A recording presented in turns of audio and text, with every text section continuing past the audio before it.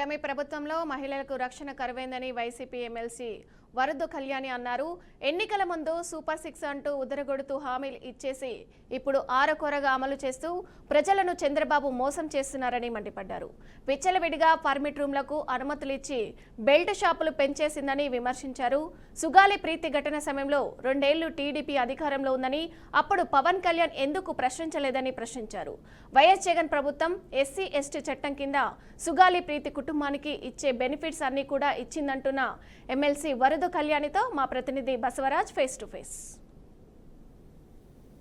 వైఎస్ఆర్సీపీ రాష్ట్ర ఎమ్మెల్సీ అలాగే రాష్ట్ర మహిళా విభాగం అధ్యక్షురాలు వరదు కళ్యాణ్ గారు ఉన్నారు.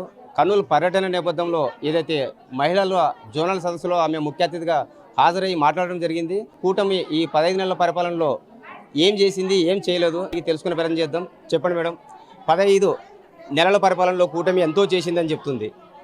మరి వైఎస్ఆర్సీపీ ఎమ్మెల్సీగా అదేవిధంగా రాష్ట్ర మహిళా అధ్యక్షురాలుగా మీరేమంటారు? మనం చూస్తే ఈ 15 నెలల కాలంలో చంద్రబాబు నాయుడు గారు ముఖ్యమంత్రిగా కూటమి ప్రభుత్వం అధికారంలోకి వచ్చాక ఇచ్చిన ఏ ఒక్క హామీ కూడా అమలు చేయలేదు. ఎన్నికల టైంలో బాండ్స్ పంచారు, ఇంటింటికి మేనిఫెస్టో పంచడం జరిగింది. ప్రతి బహిరంగ సభలో సూపర్ 6 సూపర్ 7 అంటూ ఎన్నో హామీలు ఇచ్చి ఏ ఒక్కటి కూడా సరిగ్గా అమలు చేయని పరిస్థితి మనం చూసాము. ముఖ్యంగా మహిళలకి గతంలో జగన్మోహన్ రెడ్డి గారు మహిళా సాధికారతకు మహిళా రక్షణకు పెద్దపీట వేసి తన 5 ఏళ్ళు పరిపాలించడం చూసాం మనము. అంతకంటే ఎక్కువ మేలు చేస్తానని చెప్పి చంద్రబాబు నాయుడు గారు ఈ కూటమిలో వ్యక్తులు ప్రజలకు హామీలు ఇవ్వడంతో నమ్మి ఓట్లేసిన ప్రజలకి 15 నెలలు అయినా కూడా ఒక్క హామీ కూడా సరిగ్గా అమలు చేయకపోవడంతో చాలా బాధపడుతూ ఉండే పరిస్థితి మనం చూస్తూ ఉన్నాము. అలాగే మహిళల రక్షణ గాలికి వదిలేశారు వీళ్ళు.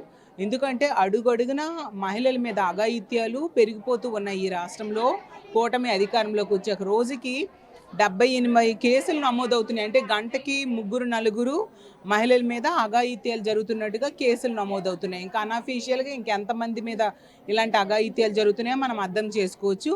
ఇన్ని అఘాయిత్యాలు జరుగుతున్నా దానికి కారణమైన మద్యము, డ్రగ్స్, గంజాయిని వెచ్చలవిడిగా దొరికేట్టుగా ఈ కూటమి ప్రభుత్వం చేస్తూ ఉండే పరిస్థితి మనం చూసాం. మొన్ననే తీసుకుంటే పెర్మిట్ రూమ్స్కి అఫీషియల్గా గవర్నమెంట్ పర్మిషన్ ఇచ్చేసింది. 5 లక్షలు కడితే చాలు పెర్మిట్ రూమ్ ఇవ్వడానికి. అలాగే బెల్ షాప్స్ వీళ్ళు అధికారంలోకి వచ్చాక 70-80 వేల బెల్ షాప్స్ ఈ రాష్ట్రంలో పెరిగిపోయిన పరిస్థితి మనం చూసాం. అయితే మద్యం విషయంలో కూటమి ప్రభుత్వం చెప్తున్నది మేము పర్మిట్ రూమ్లకు పర్మిషన్ ఇచ్చినా కూడా నాణ్యమైన మద్యం ఇస్తున్నాము. గత వైసీపీలో నాసిరకంగా ఇచ్చి ప్రజల ప్రాణాలతో చెలగటమాడారని అంటున్నారు. మీకు ఒకటే చెప్తున్నానండి, మరి నాసిరకం మద్యం ఇస్తే అదే సప్లై చేసే వాళ్ళని ఇంకా వాళ్ళు ఎందుకు కొనసాగిస్తున్నారు? వాళ్ళే అధికారంలో ఉన్నారు కదా. అలాగే తీసుకుంటే ప్రభుత్వము అమ్మితే మంచిదా, ప్రైవేటు వ్యక్తుల చేతికి మద్యం అమ్మకాలు ఇస్తే మంచిదా? దాన్ని బట్టి అర్థం చేసుకోవచ్చు ఎవరు ప్రజలకి మద్యం తాగించే అలవాటుని తగ్గించడానికి ప్రయత్నించారు, ఎవరు మద్యాన్ని వెచ్చలవిడిగా ఈ రాష్ట్రంలో ఏరులై పారేడుగా చేస్తూ ఉన్నారు, ప్రజల ఆరోగ్యంతో చెలగాటమాడుతున్నారు, మహిళల మాన ప్రాణాలతో చెలగాటమాడుతుండే పరిస్థితి ఈ కూటమి ప్రభుత్వం అధికారంలోకి వచ్చాక మనకు కనిపిస్తూ ఉంది.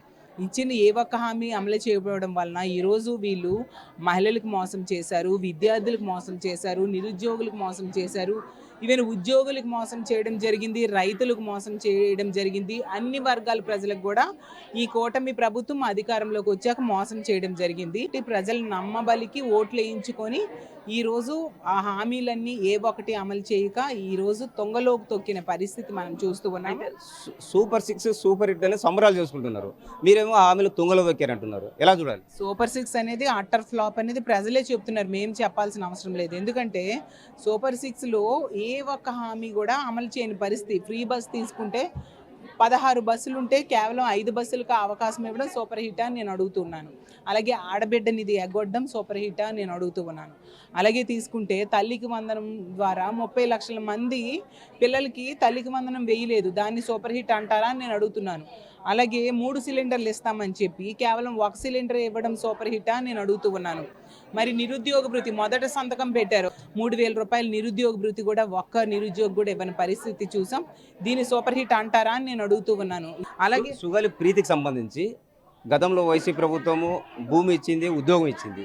అయితే తాజాగా జనసేన అధినేత పవన్ కళ్యాణ్ అయితే ప్రశ్నించడం వల్ల జరిగింది న్యాయమని అంటున్నాడు. మీరేమంటారు? నిజంగా పవన్ కళ్యాణ్ గారికి ఆ కేసు విషయంలో చిత్తశుద్ధి ఉంటే ఇదే కూటమి ప్రభుత్వం అధికారంలో ఉండేప్పుడు 2017 ఆగస్టు 19న ఆ సంఘటన జరిగింది.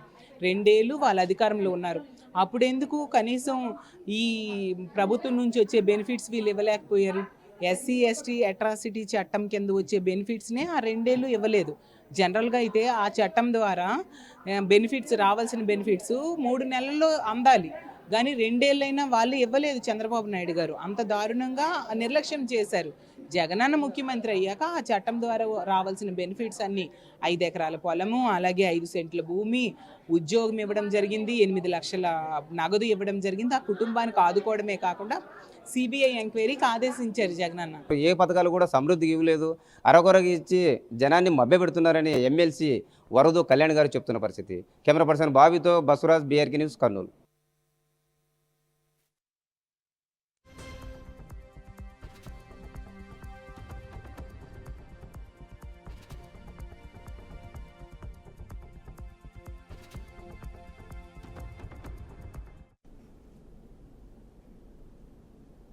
ఇవి bulletin updates. Keep watching BRK news Telugu డిసత్.